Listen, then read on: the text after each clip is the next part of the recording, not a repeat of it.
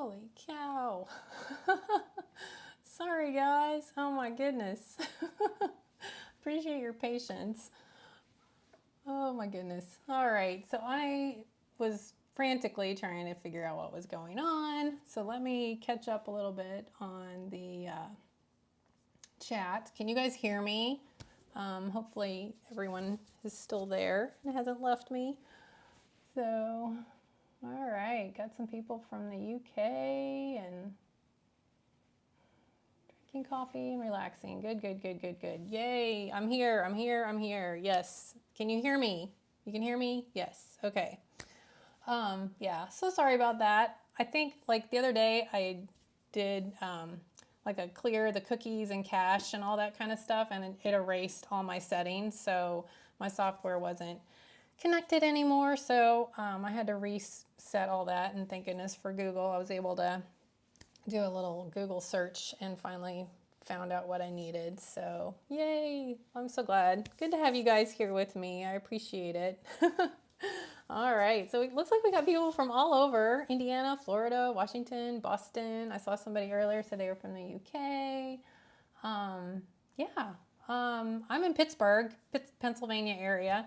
So we had snow last night and this morning. I don't know if you guys have had any snow, but yeah, I mixed feelings on that. I'm like not ready for snow, but then kind of I am. So yeah, but anyway, well, let's, I guess we can give people a couple more minutes, and for the card that I'm going to do, that I wanted to, I'll just kind of share you a quick little preview of it here. This is actually a card that I made for the Sizzix release, but that I didn't end up sending in to Tim, and I forgot about it, and then I came across it the other day, and I thought, oh, this would be kind of fun to maybe do a little live and share it with you guys. So yeah. So if you guys want to play along and make something similar, or if you want to just kind of do your own thing or just watch and listen or whatever, it's all good. Yeah, just thought it would be kind of fun to get on here and just kind of craft a little bit with some people and yeah, just connect a little. As we're going along, like if you have any questions or there's something that you want to ask me, please feel free to post a question. I think probably the biggest thing is if you do have a question, maybe just type it like in all caps so that I can see it a little bit easier, because the chat sometimes that can get a little bit hard to find the questions. So I did see somebody here ask me if I go live every week. No, this is not a normal thing for me. This is the first time actually that I've ever gone live to craft with you guys. So normally I've done some lives, but they were more informational regarding like a summit or something that I was going to be part of, and just wanted to share some details with you about that. But yeah, this is kind of like the first time I'm going live to actually just kind of craft and play around a little bit. So like I said, I have a little bit of a plan because of the card that I'm going to be sharing with you guys, but I don't really know how long this will last. So yeah, so I think let's just get started, shall we? Yeah, let's switch you over here. And so everybody, you guys can see my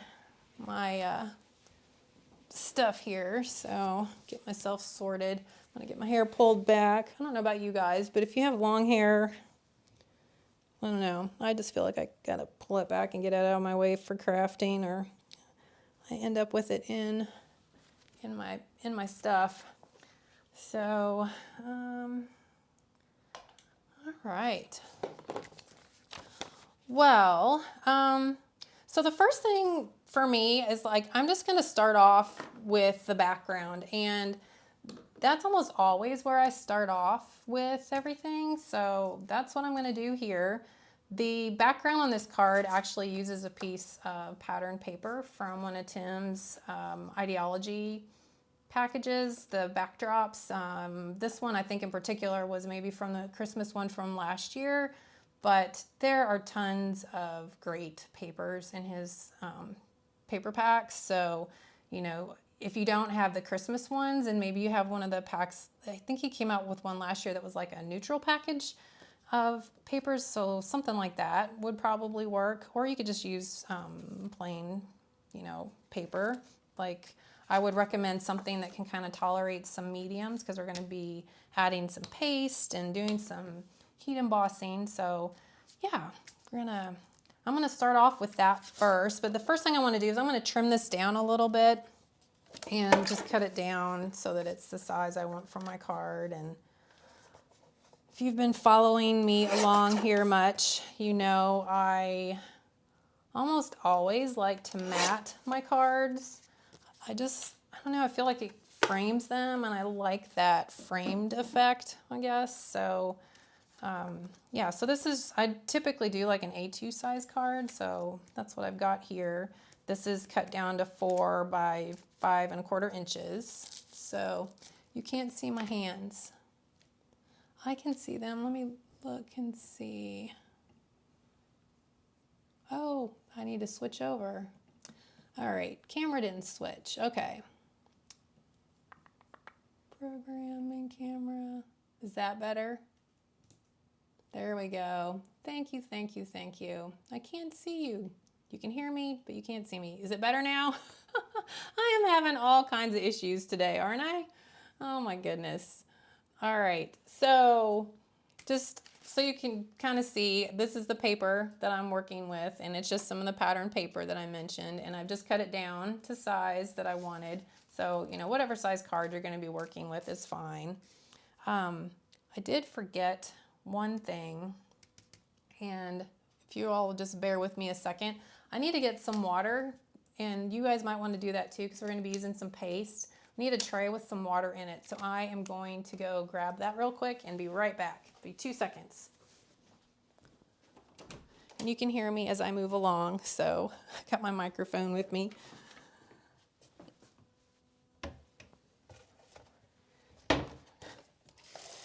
I'm running the water.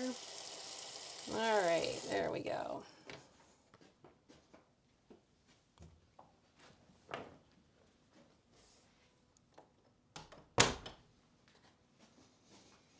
Okay. You know, you think you're so organized and planned, and yeah. All right. So now you know, like, if you've ever watched one of my other videos, there's a lot of prep and planning to go to have it smooth and not have all these kind of snafus in there. So the paste I'm working with is the translucent texture paste. So yeah, you could probably use some of the other pastes if you wanted to give it a try. I found that this one works pretty well for this technique, and I think maybe like the crackle paste would work really good with this too.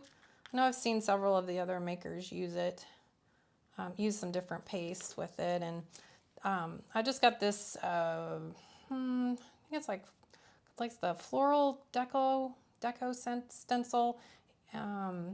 This was like one of the newer ones that came out this year, and this is in like the mini set. I think it's like mini set 60 or something like that.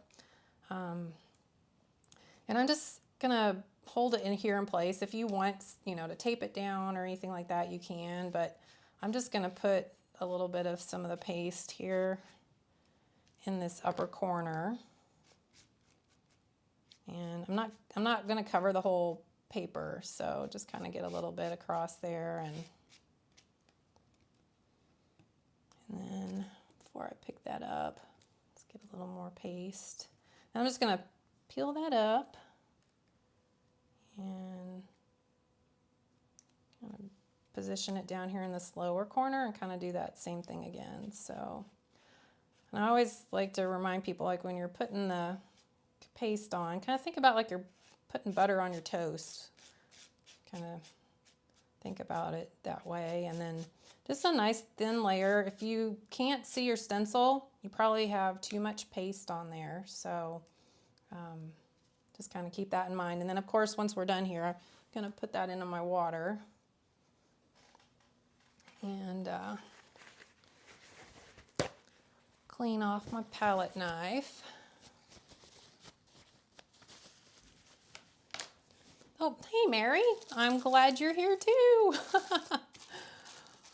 Oh, you're late to the crazy start of this. If everybody, oh my goodness, I could not get my streaming software to connect, so yeah, but we figured it out. So, all right, now the paste, while it's still wet, I am going to pick that up, and I've got another little scrap. This is just a piece of some like printer paper, just kind of real cheap paper there, and I'm gonna clean off the paste that was on here off my craft mat so we don't get that on anything else. And then while this is still wet, we're gonna pour embossing powder over it, and the color I've got here is the liquid platinum, which I don't know, just is a real pretty, I don't know, one of my favorite colors probably. I probably use this more than any of my other embossing glazes, other than maybe gold. I'm not a big silver person, but I do like gold.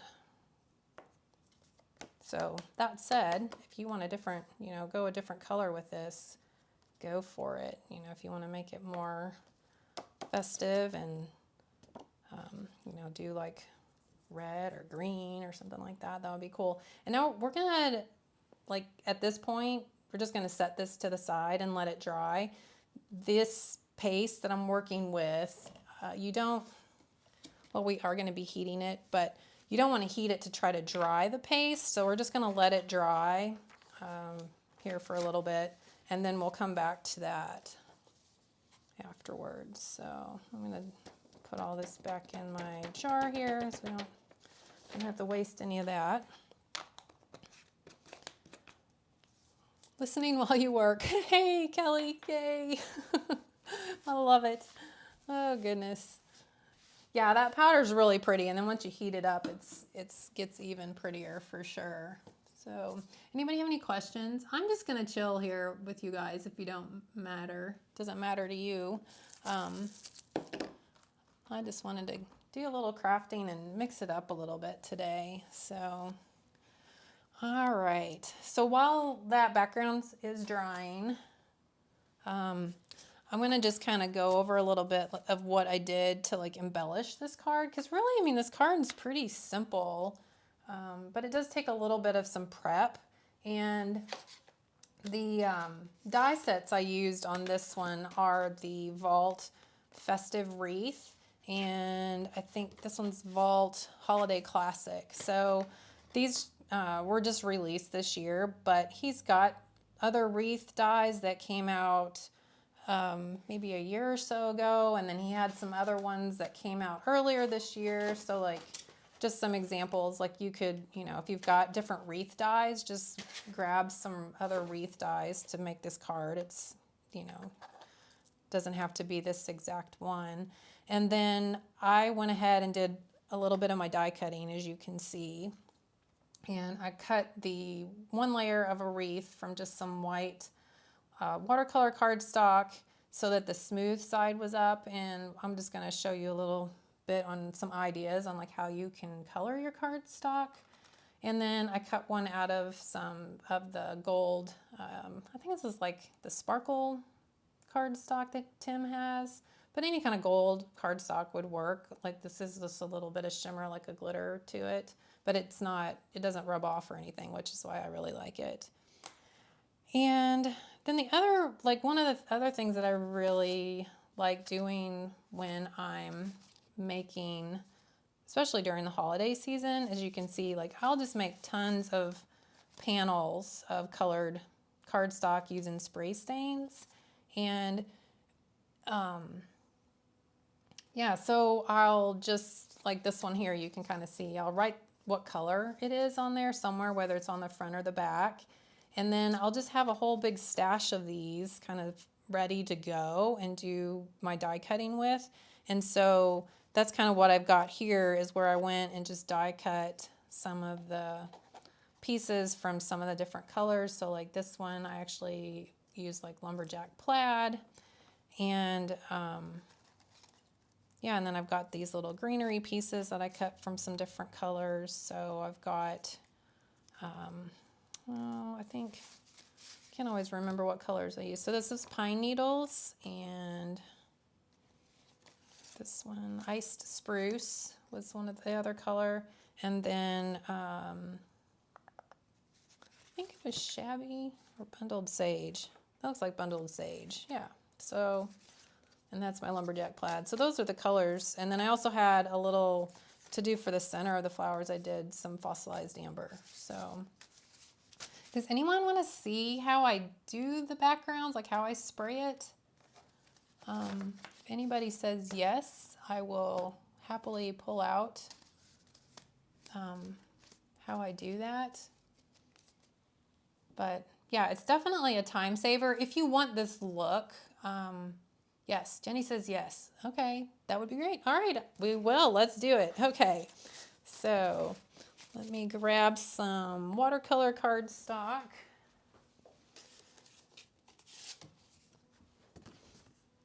And again, watercolor cardstock is like my go-to, the distressed watercolor cardstock. And I know there's other brands out there that maybe are a little bit less expensive, but in just my personal preference, this is my go-to that I use for everything. So I can't really speak,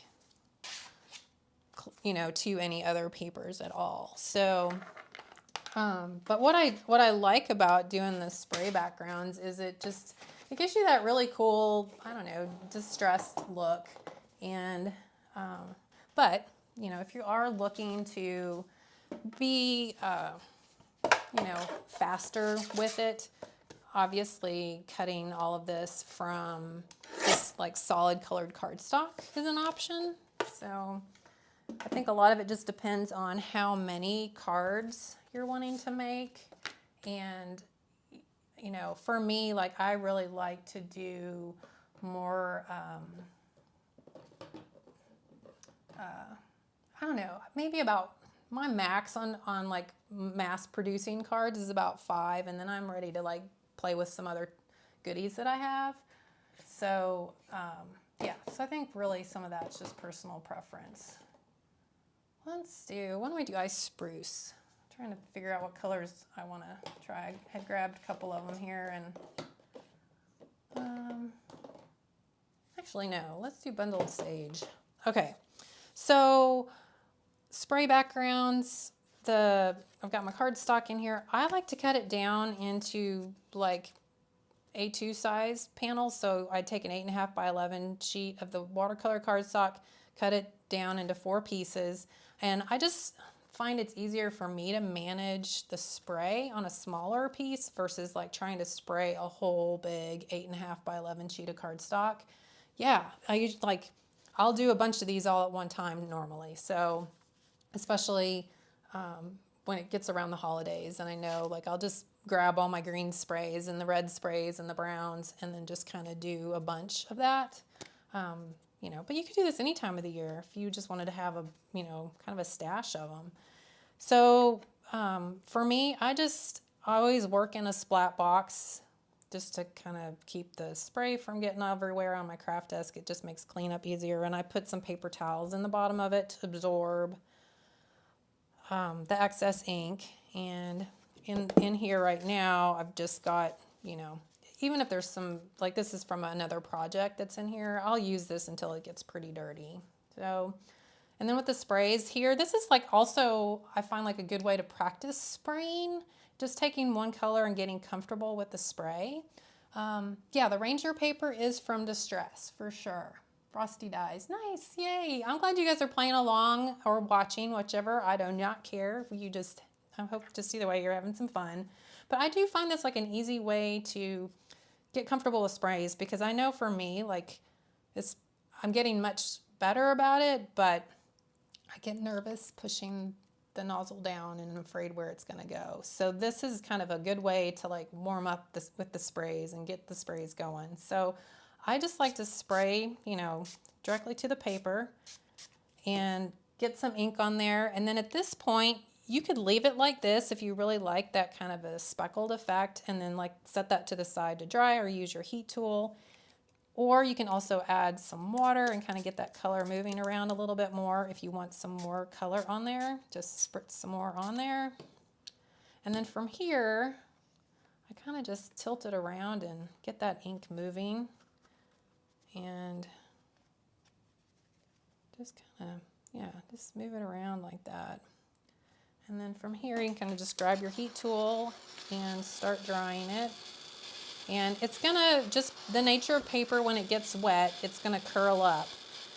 What I like about using distress watercolor cardstock is it's made for water. It's made to be used with these wet mediums. So as you can see, like the ink doesn't soak into it immediately when you spray it on there. It stays wet and fluid for a while until you dry it, or you know, enough time has passed. So if you're getting some of these kind of spots like that where you don't like those big drippity drips, then I just say do a little finger painting and break that up. You can also just kind of tilt your paper and dab off some of that onto the paper towel that's in there. And yeah, it's really just kind of that easy. I know some people also will like spray the paper before they put the spray stains on there, but I guess for me personally, I just like to spray the color straight on and then add the water. And this same technique could be done with the oxide sprays. So if you have those and don't have any spray stains, feel free to do the same thing with the oxides. And yeah, gives you the same, you know, options for some colored backgrounds to use for your die cutting. Do you ever push it around with a paintbrush? No, you can use a paintbrush. It's, yeah, it would definitely, you know, change the look of what the paper looks like. But I mean, I don't think that's a bad thing. So it's probably more of just a personal preference, really. I mean, I'd say if it's something you're curious about, try it and see. You might love it or you might hate it. So, yeah.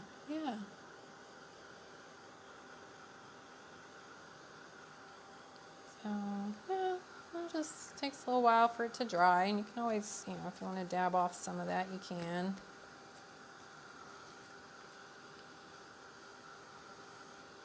That's almost dry, so you kind of get the idea there. So, yeah, but then I would just, like I said, I like to write the color on the back or the front somewhere just so that I know what color I'm using.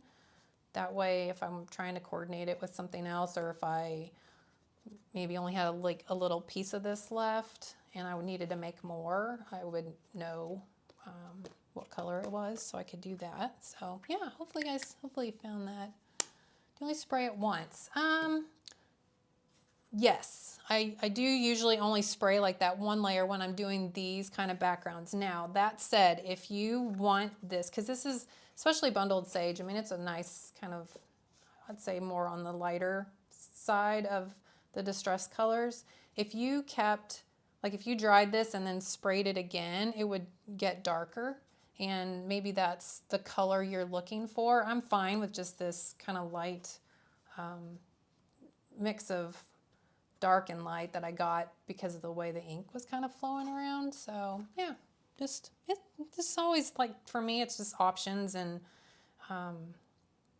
you know, every one of you, like, if you were spraying the same color on the same cardstock, it would not look exactly like this. Like, so it's always one of those things that you just kind of have to go into it and, like Tim says, you know, kind of take what you get and don't throw a fit, right? But, you know, if you absolutely hate it, then, you know, try something different for sure. So yeah, but I mean, that's really, with all these little die cuts that I've got here, that's really what I did, is I just took them all, cut them out of the different colors. And I know, like, with some of these dies, like the poinsettia die in particular, it has, if you look at it here, the the little center pieces are part of the main die. And, you know, so if you're trying to cut it from already colored cardstock, that can get a little like, what do I do? So I cut it from the red, and then I just cut off a small piece of yellow, and then I take the die and then just kind of line this up on a little small section of it and use some of this mint tape to hold it in place, and then die cut. So I'm not wasting a whole flower cut from the yellow because I'm not going to use that at all. So that's just a little trick. And then if you want to have the under layer, like this one here, to be like a darker brown, then what I'll do is take my walnut stain ink, for example. You take any brown and grab my water brush here and then just color over that to get the brown for that one, so that you're not cutting and cutting and cutting. So I hope that makes sense.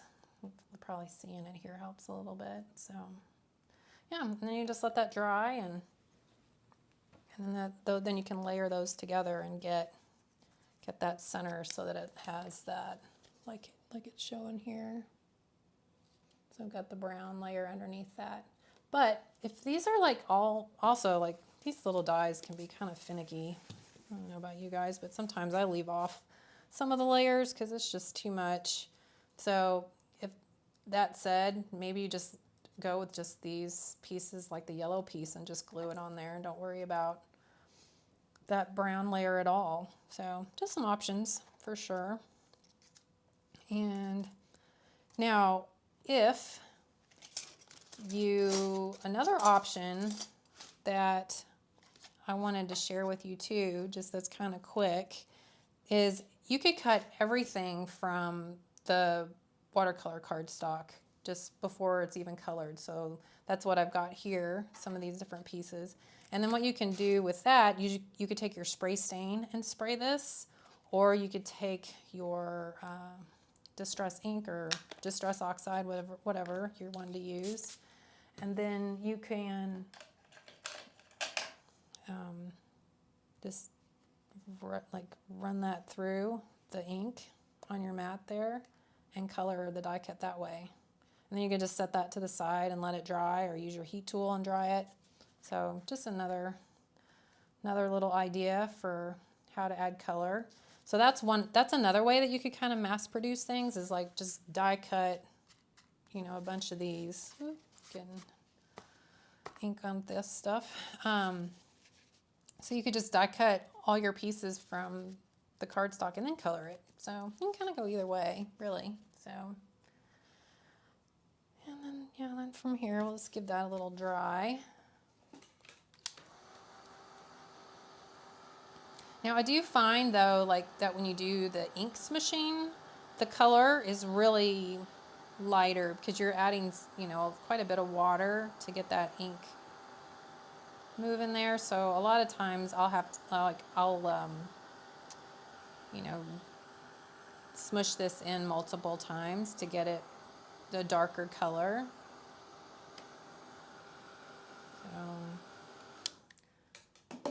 But then, like I said too, like the other, you know, you can also just throw this in your splat box. You could just grab all the ones that you want one color and grab your spray stain and spray them. Add a little water to that if you want. And then, so a little that might be a little bit faster to do them if you've got the sprays. So just some options, always options.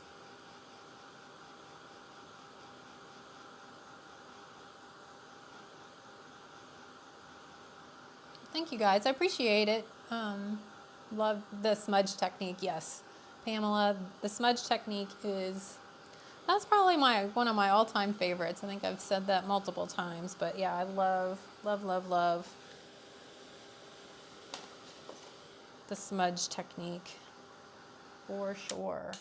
So yeah, so there we go. So yeah, however you would want to color all these, you can kind of go about it any way you like. And all right, let's try to think what else here. Oh, I know what else I was going to talk about too with die cutting.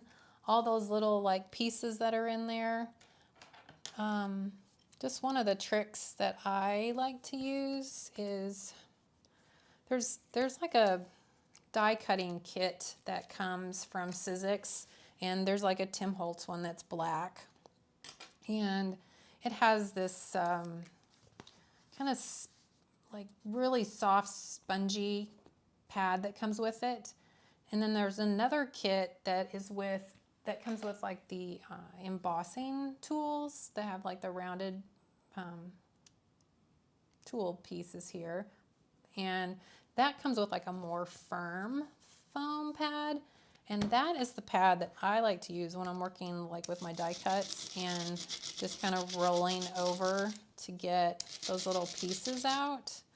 I don't know, I feel like the other one, like it just, I don't know, I don't like the way it feels when I'm rolling over it.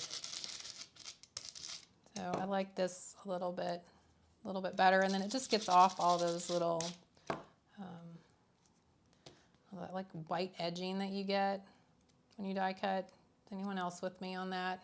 I don't know, I have a weird thing with all that, those little like, oh, you can see it here, what all that little stuff that rubs off when you do die cutting. Makes quite a mess sometimes, so it does make me a little bit crazy. But I found like if I do it on here, it kind of sticks to this, and then I can just tap that off in my trash can, and then I just take like a, I don't know, like one of those like lint-free kind of rags and just wipe that off, and it's ready to go again. So just another little something that I thought would help share some tips there with you guys. And you know, and then like having the little pokey tool, you can also just use that on here to poke out the little pieces and kind of keep them under control. Because sometimes rolling over these like real delicate pieces, you know, you can run the risk of it bending it or something like that. So like this wreath one, I try to kind of hold it down with my fingers and just kind of work in like little small sections to get any of those little straggly bits off. So yeah, that's some ideas. All right. Yes, it is too soft. If you've tried it, I just feel like it's too soft. So yeah, I don't ever use that one. I only use this other one here all the time, for sure. No, I don't know. Let's see how our paste is doing here. Yeah, I'm gonna. Oh, I think we're good. So yeah, and it's pretty humid here. So with the rain and snow we've had today, so it's getting there though. And so what is the name of that tool? Which tool? I don't know. I'm terrible with the names of all these tools. I just call these like my die cutting. So I know this is like a craft pick, and this is like a, I think they call this some kind of a brush, but they come in a kit. I don't think you could get these individually from Sizzix. I think they come in this kit, whether you get this one or the Sizzix one. But again, this particular foam pad does not come with these tools. It comes with this tool, and I don't have the other one here. There's two of these, so there's like 4 different sizes that it comes with, and yeah, and then these come with that softer pad. So I can, yeah, if I don't have it linked, I'll make sure and add it at the end here.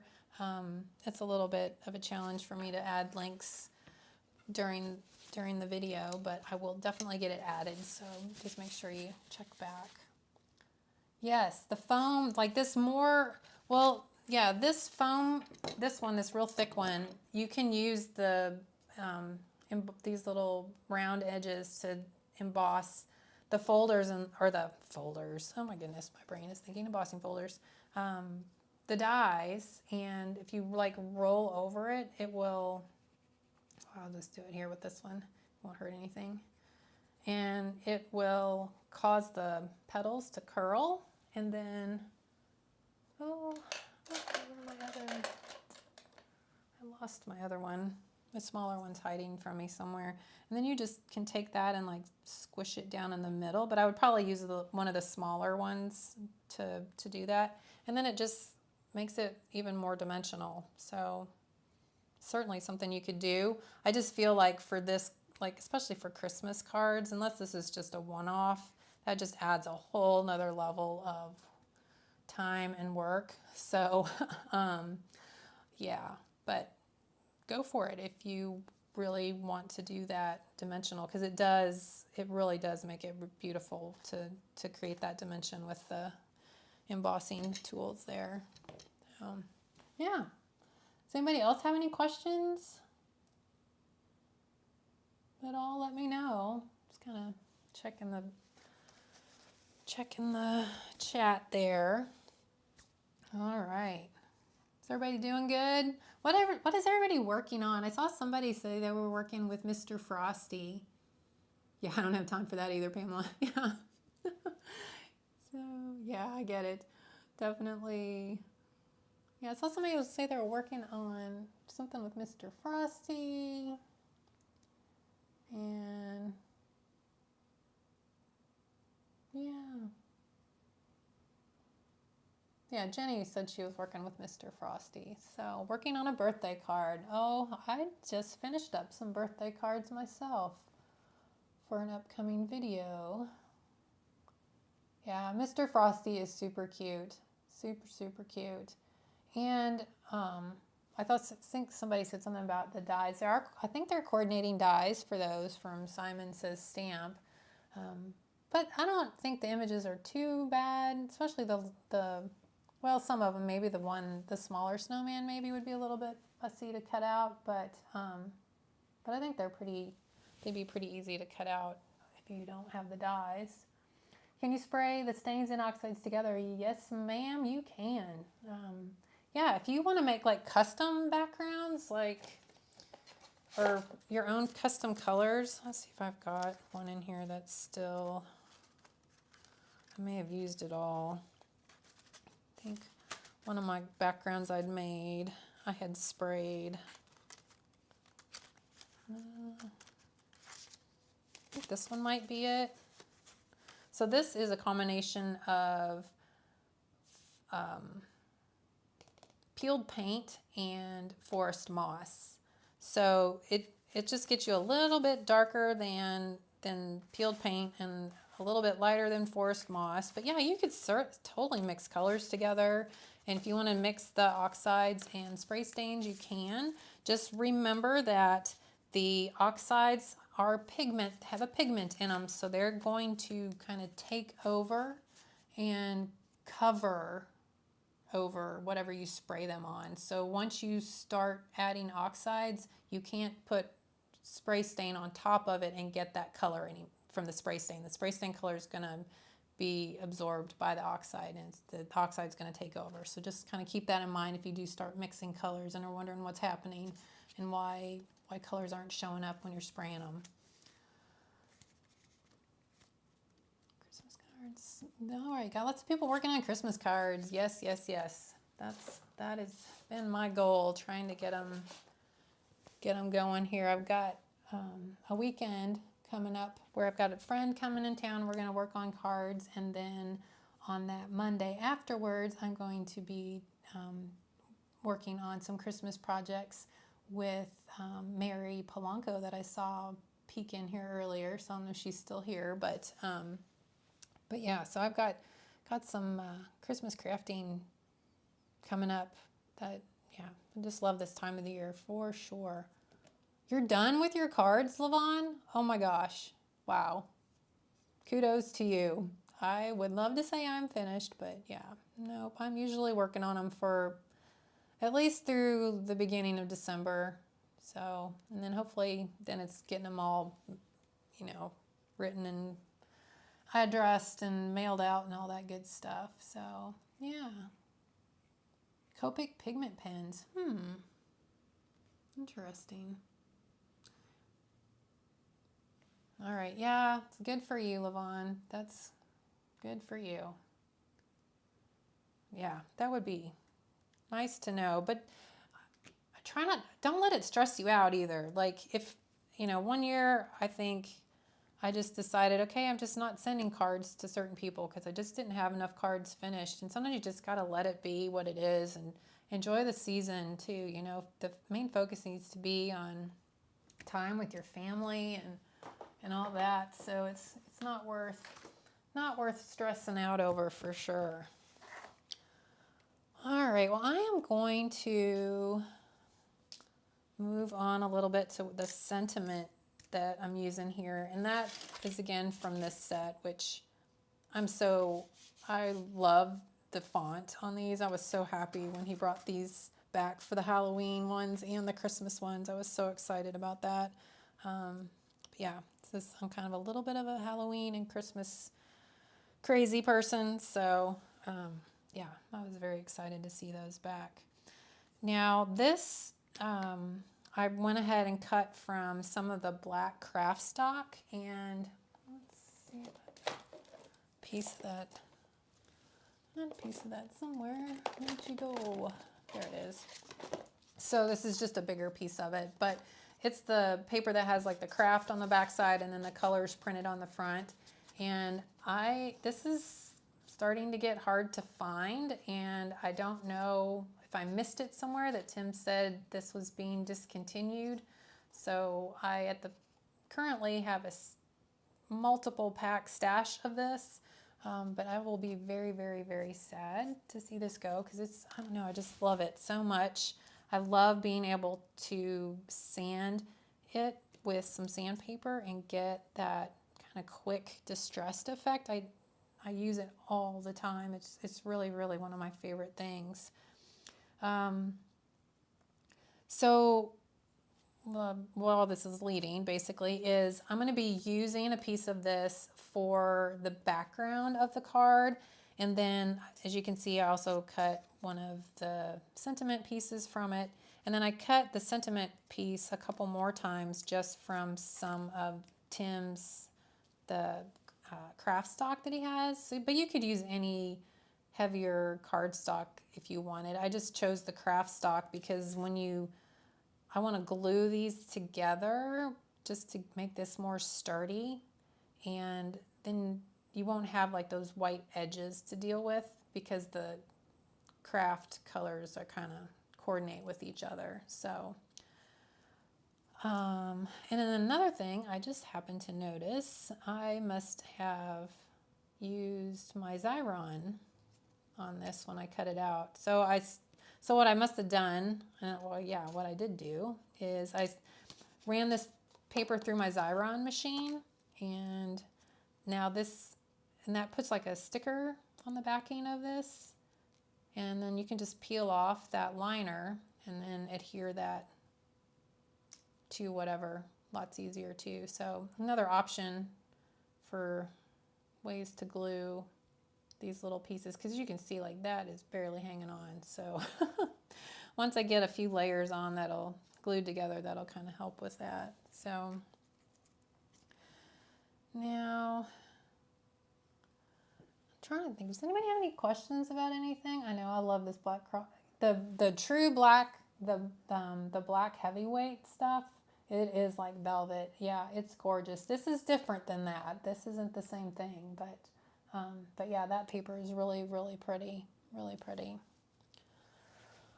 So, okay. So I'm going to just kind of show you how I do the distressing with this. This is just one of the Ranger sanding discs, and this is literally just a piece of sandpaper cut into little circles, and then they put some fabric on the back of it to make it Velcro to the blending tools. So this is the like scrapbook.com one, but it works with the Ranger ones as well. And then it just sticks on there. But you could also use, just like go to the hardware store and get a pack of like fine grit sandpaper. You could also buy the little, they have like a foam piece that's like has sandpaper all over it. Then you can kind of hold it. I like this because you can kind of get in like little smaller areas better. And then I've got just a scrap of some packaging that I like to make sure I put that underneath. And then I just rub it over the cardstock. And you can do as much or a little as that as you want. And then it just removes that top layer. And then so that craft, so you can see the craft. And it just gives it a real quick distressed look that, I don't know, I just really like it. This technique also works with his metallic, like any of his craft stocks. So the metallic ones that he has, any of the colored ones. So if you have any of those papers, you can do this with them. In fact, one of the videos I just shared in my recent Christmas card series that's over on my YouTube channel too, that there's a tree, like a card with the tree, and it says peace. I used the metallic craft stock on that and sanded the edges of it to give it kind of a distressed look. And so you can check that out if you haven't seen that, just to get some more ideas of ways you can use that. And then with these kind of die cuts where they're so delicate, normally I like to have the piece that this came out of, and then I like to put that back down in it, and then I can kind of hold that and rub this over, and I don't have to worry about it tearing. So I would highly recommend doing it that way. If you don't have that, like I don't right now, somehow I got in the trash, then I would just really hold it down and work in like really small little sections and kind of move the sandpaper, kind of pull away from where your fingers are so that you're not tearing, or at least you're going to reduce the risk of it tearing. And then just kind of work in small areas, but then you can kind of, I like this because you can tilt it and get into little smaller sections a little easier.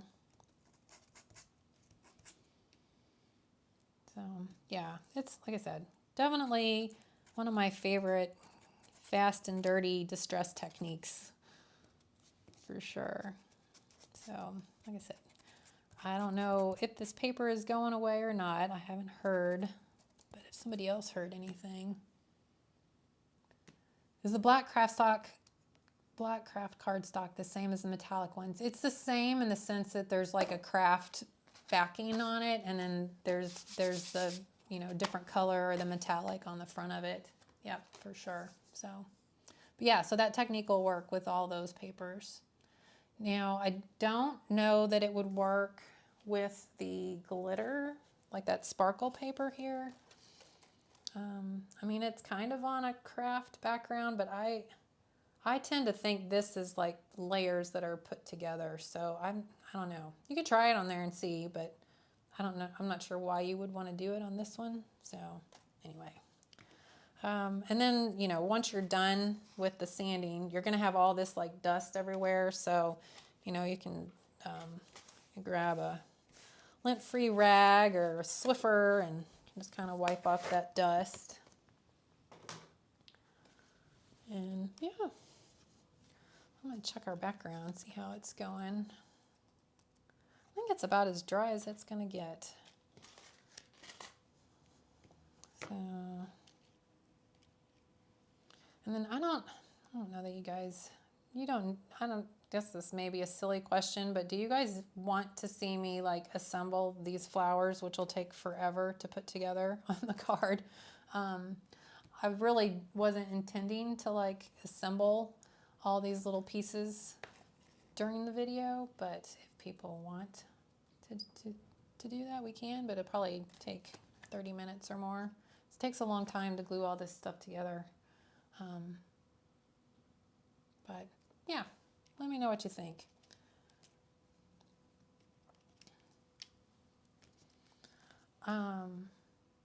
All right. I think this is about as dry as it's gonna get. So I think let's grab, so I'm gonna grab my heat tool. This is my embossing gun. So this is different than the heat tool.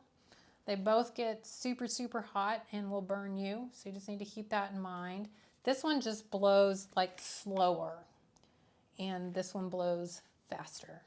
And because it's got that smaller nozzle on it, it is more direct, like intense heat. So it, in some ways, this is going to get hotter faster than this is. But again, they both, you can get burned with either one of them. They both get super hot.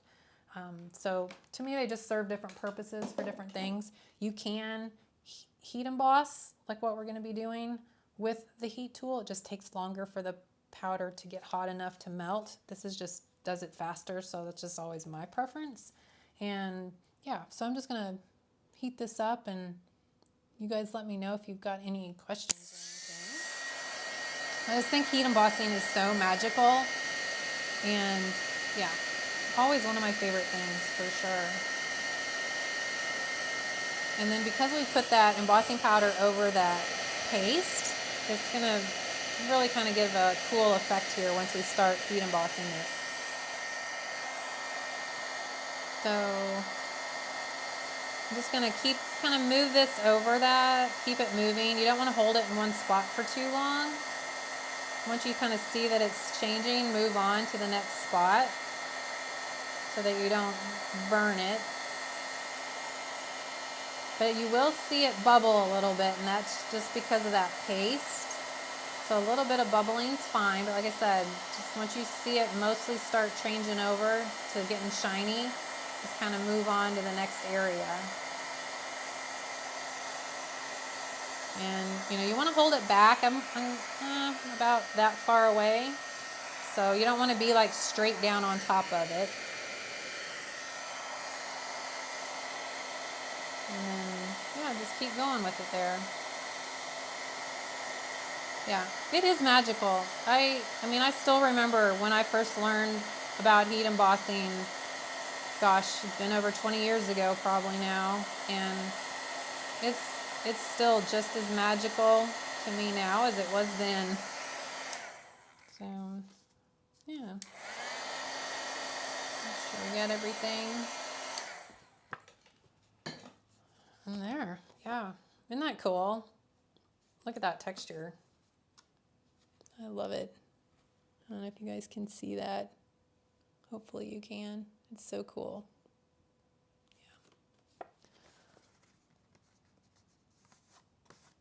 Yeah. All right. Got somebody's watching TV and cutting out parts for this wreath. Yes, it's magical. Never get tired. Yeah, I never get tired of it either. Never, never, never. All right. So to finish off this background, the last thing I'm going to do with it is I'm just going to take some of the Walnut stain distress ink, and I've got a blending tool, and I'm working on my Kraft mat. Like this white thing that I work on all the time, this is the non-stick mat that comes with the glass mats that Tim has, and I just buy replacements of it when they start getting really nasty, but yeah, I just like working on that surface. And then I'm just going to ink blend this a little bit around the edges here.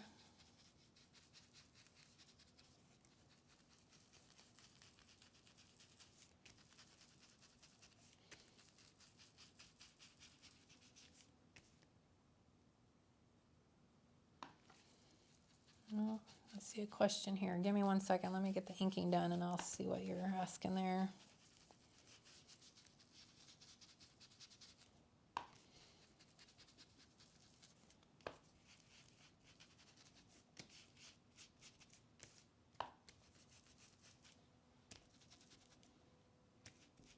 Yeah, all right.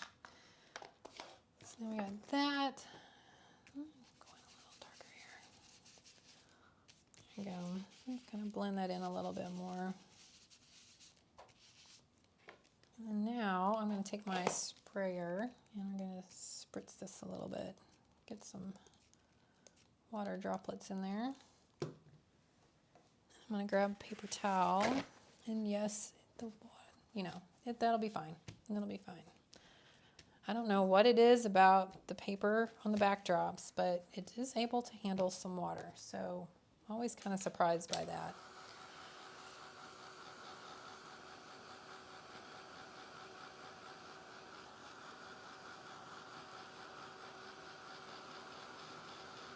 I'll just dry that real quick. I'd love to see what the walking couple a little larger for next year's vault series. So Vicky is asking, I would love to see what that walking couple a little larger for next year's vault series. I don't have any influence on any of that, and I will tell you this though, Tim could very well be almost finished with what's coming out for next year. They work so far ahead to produce the products that come out every year. And yeah, it's actually kind of amazing. I used to work in the industry as a graphic designer for a company called Jelly Bean Soup. And yeah, we would work 6 or 8 months ahead sometimes on products. So yeah, and I don't know if he's doing a vault series again or not. So I know the vault series was this year for sure, but I don't know what he's got in store for us for next year. It'll be a surprise. I can't wait to find out for sure. For sure.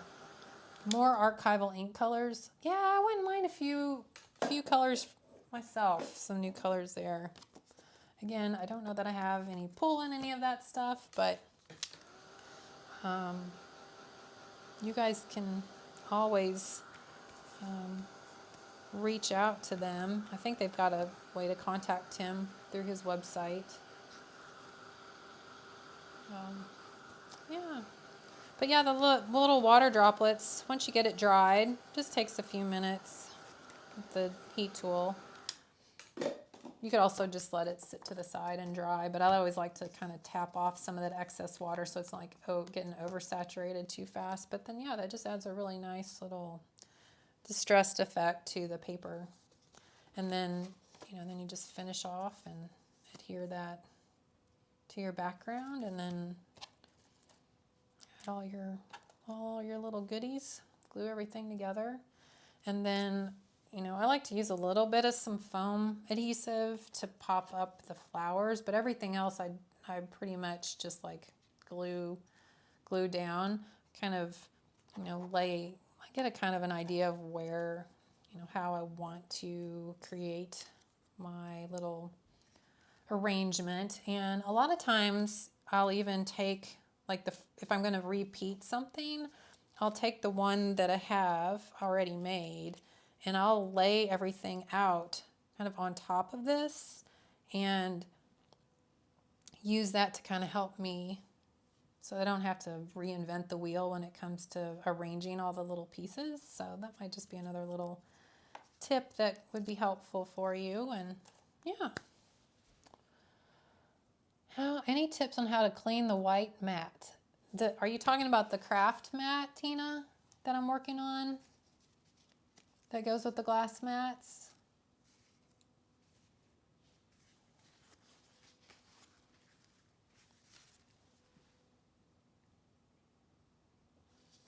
I'm guessing you do. I mean, you can see here, like mine's stained, and after a while, I think like the fibers break down a little bit, and you get some, ink that will kind of soak down in between those fibers. I've found that if you can stay away from anything like sharp and pointy on here, so like tools and things like that, so that you're not scratching it a little bit, can help. And then, but it is gonna stain. There's really no way around that. It is what it is. This is meant to be used for a long time, but then at some point you can replace it if it's just getting too dirty for you. But I keep them for a really, really long time, but I do get newer ones for videos just to not be so distracting with the mess. But like if it's not sticky on the back, you can wash this whole thing in some, you know, in the sink with a little bit of like dish soap and water, and set it to the side and let it dry, and that'll kind of get, you know, if it's got dust and hair and, well, dog hair like I typically have, you can kind of clean all that stuff. So, oh goodness. All right. So does anybody have any other questions at all? I'm not gonna assemble this card because I think that might just be a little bit boring for you guys to watch me do that. So, but if you guys have any other questions, let me know. I'm gonna switch my camera back over. Maybe. Oh, no, I did and then I didn't. There we go. Can you see me now? Oh, goodness. Well, I'm so glad you guys joined me today. This was really fun. Is this something I should do again? You guys need to let me know if it was worth it or not. Because I have one other card, but it's not very complicated. It's actually pretty simple. Thanks, Jennifer. I appreciate that. Yeah. Yeah, and like this will be, you know, up on my YouTube, so you can, you know, watch and follow along.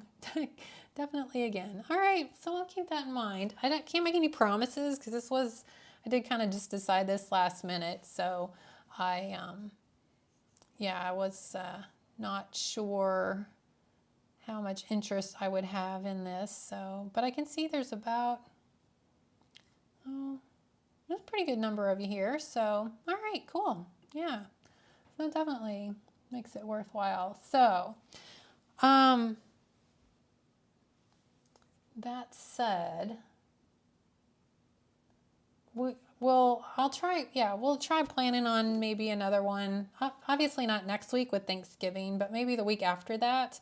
We can get together again and do another card, because I have another Christmas card that I had made using some of the Sizzix release, and these same dies. So I can just walk you through that, or maybe I'll have something else by then. Who knows? We'll see. I'm always playing around. So yeah, for sure.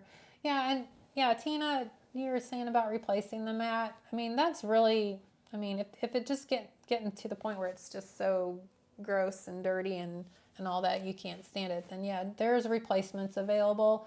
And in my supply list, I have it linked down there in the supply list, because I do use that all the time. So, am I going to have time to put together a Christmas wish list for the holidays? Lynn, I already have a Christmas wish list for the holidays. I have a holiday gift guide that I put together. It's several videos back. It's before the compartmental Christmas card making series, but yeah, I've got a bunch of goodies on there that are kind of maybe more for beginner crafters. At least that's what some feedback I had on there. Some people thought that the products and supplies I had on my wish list were kind of basic, but I always feel like there's so many new people coming into this, and I want to be encouraging to anyone that's just getting started into card making or getting started into mixed media, and because it can be so overwhelming with all the products that are out there. And yeah, so I was kind of, I guess, not intentionally, but it worked out well to kind of work out the list is more like that. So yeah, take a peek into it, and I can put a link in the description here as well for anyone else that might be interested if you can't find it. So yeah. All right, guys. Well, I appreciate all of you so much for being here. This has been great. And yeah, thank you so much for joining me. And I hope you guys enjoy the rest of the Friday afternoon, and just keep on crafting unless you've got something else you have to do, which hopefully you can just relax and enjoy the rest of the day and enjoy the weekend. And yeah, happy Thanksgiving to everyone. So, all right.